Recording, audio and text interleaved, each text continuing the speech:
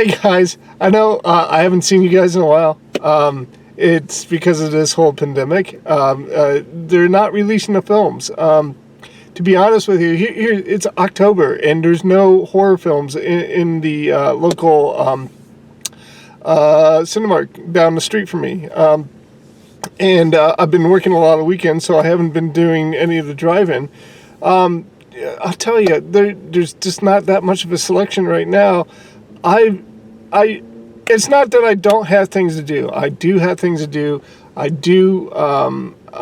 could be visiting people, or I'm a voracious nerd, so I always have projects lined up for me. But I've missed going to the cinema. I missed going to the movie theater, and that's the reason why I have decided to go see, and I don't believe I'm doing this, but I am going to go see War with Grandpa. I have no desire to see this movie, and it's I even read the reviews before I came in, and they're not good. There's been a lot of there was a lot of reviews that were just not nice to this movie, and then even the nice reviews to this movie were like the nicest thing they could say was it was nice, unoffensive, and family oriented. All right, so that's what I got. But I have missed going to the movie theater, and that's the reason why I'm seeing War with Grandpa tonight. In just a few seconds, I'll be right back to let you guys know what I think about War with Grandpa. All right, and I'm going to go to the movie theater. I'll be back in just like a few seconds. All right, talk to you later.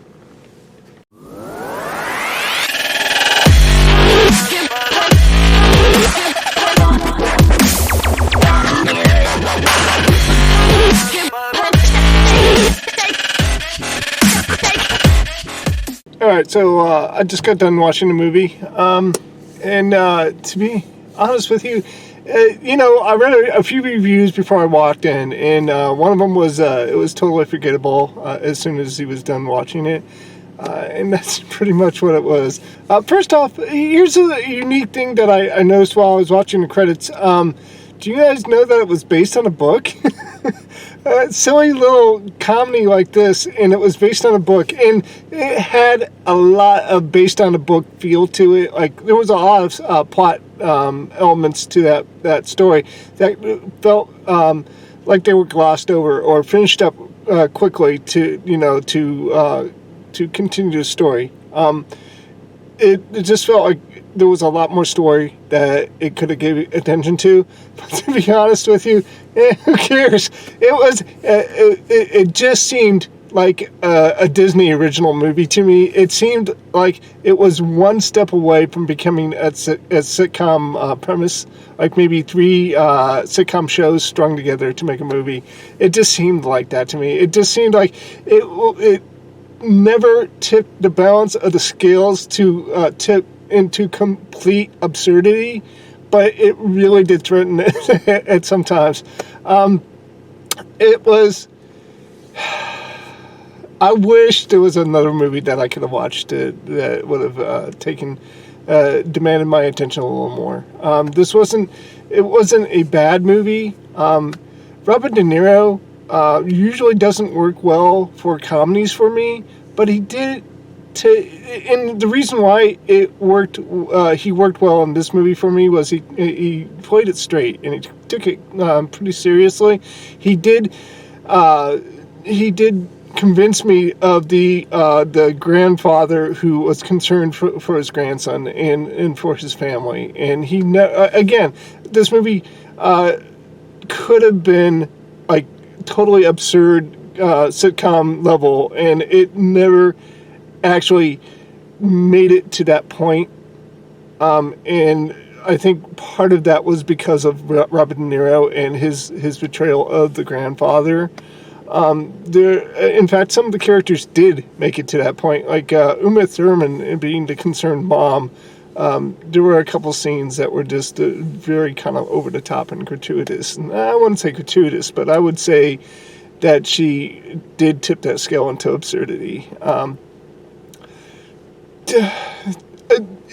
The whole cast was here's the thing I liked about the cast. I liked the little girl, and I liked her earnest and honest portrayal of her character.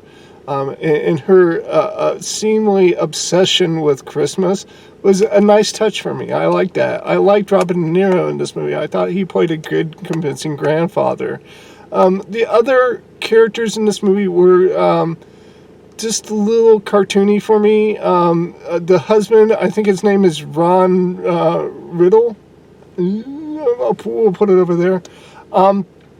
It played, the dad, and he played a pretty competent dad, but he was just there for a placeholder. We had other characters in this movie, like Hole, the young middle school aged kid that was waging war on his grandfather. I liked him in that movie as well, but his whole entourage was again there just to add a little more flavor to the movie, just like the dash of salt and pepper to it. It really wasn't needed. I really don't have that much more to say about this movie. It wasn't a waste of my time, but it definitely didn't inspire me to say it was a great movie. I'm going to go ahead and I'll give it a 65. It didn't make me angry like I thought it was going to in some parts. It never tipped that scale to the point where I'm just like, all right, this is ridiculous. And it never got to that point. But it never got to the point where I would think to myself, man, this is a good movie, or it actually has a point to it. This is kind of a pointless movie, and it's just there as, again, a placeholder to keep us aware that the movie theaters are open so that we can possibly hold out for hope for an actual decent movie. All right, so 65, that's it, guys. That's all I'm going to give it. It wasn't a waste of my time, but it was definitely not time well spent either. So there you go. I wish that I could say better things about the movie, or at least have some big gripe about the movie, but I didn't. It was a totally forgettable movie, as one of the reviewers said on, I think, Rotten Tomatoes. I don't know when I'm going to go be back. I wish this could be more frequent. I do miss the theater. That's the reason why I'm here right now.